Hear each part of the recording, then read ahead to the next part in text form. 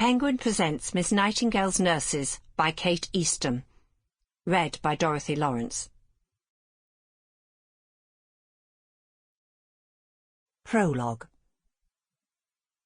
Live life when you have it.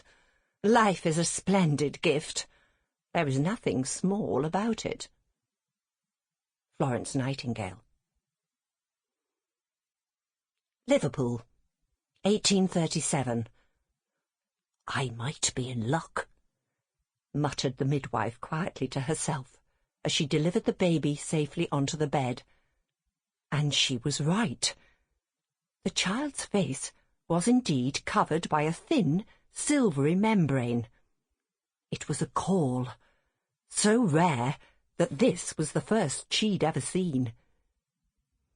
It was a valued talisman, and she knew full well that she'd be able to get good money for it. In all the time she'd been delivering babies in these streets, in all that time, she'd never had a caul. And the moment she saw it, she knew exactly what she would do. She wouldn't say a thing to the mother. She would have that caul for herself. She had only ever heard stories from other women who attended births about how much you could get for one. They were so rare that no one she knew had ever had one for themselves. But this would be hers, and she knew plenty of sailors who would be interested in buying such a powerful token to keep them safe on a voyage. After all, everybody knew that a man who carried a caul could never drown. She grabbed a piece of clean cloth from the side of the bed and pressed it flat to the baby's face, hoping that the transparent membrane covering the child's nose and mouth would stick fast and not scrunch up. She took her time with this, trying to get the best position on the cloth. "Why isn't the baby crying?" said the mother from the other end of the bed. The midwife didn't reply. She was at a crucial stage. The caul was just starting to stick to the cloth. "Mrs. O'Dowd," said the mother more urgently. "Oh, just a moment," muttered the midwife as the caul started to peel off the baby's face. "Oh, Mrs. O'Dowd," said the mother, with rising panic in her voice. "Is the baby all right?"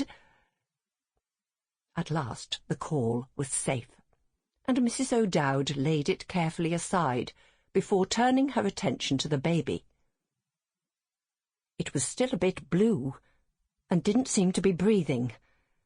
So she picked up a piece of flannel and wiped out its nose, and then gave its body a bit of a rub. Still nothing. So she got a towel and used it to rub the baby all over. Then it started to snuffle. "Baby's fine, Maggie. She's just fine." "Is it a girl?" said the mother. "It is indeed a girl," said Mrs. O'Dowd, looking up with a smile. "And she's a bonny baby girl as well." Maggie laid her head back on the pillow with a sigh of relief. "Now I'll just cut the cord, and you can have a hold of her," she said, fishing in her pocket for 2 pieces of apron string. "I need to tie these very tight, or there'll be blood squirting everywhere."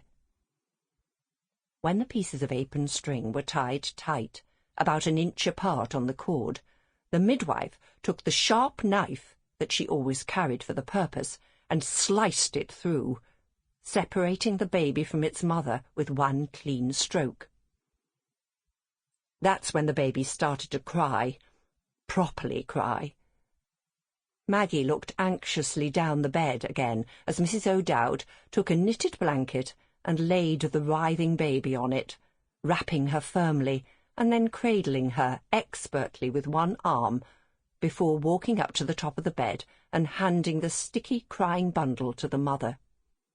"You did very well there, Maggie," said Mrs. O'Dowd, as she stood with her hands on her hips, watching the mother soothe her baby. Then, seeing the baby open her dark eyes to look at her mother for the very first time, Sample complete. Ready to continue?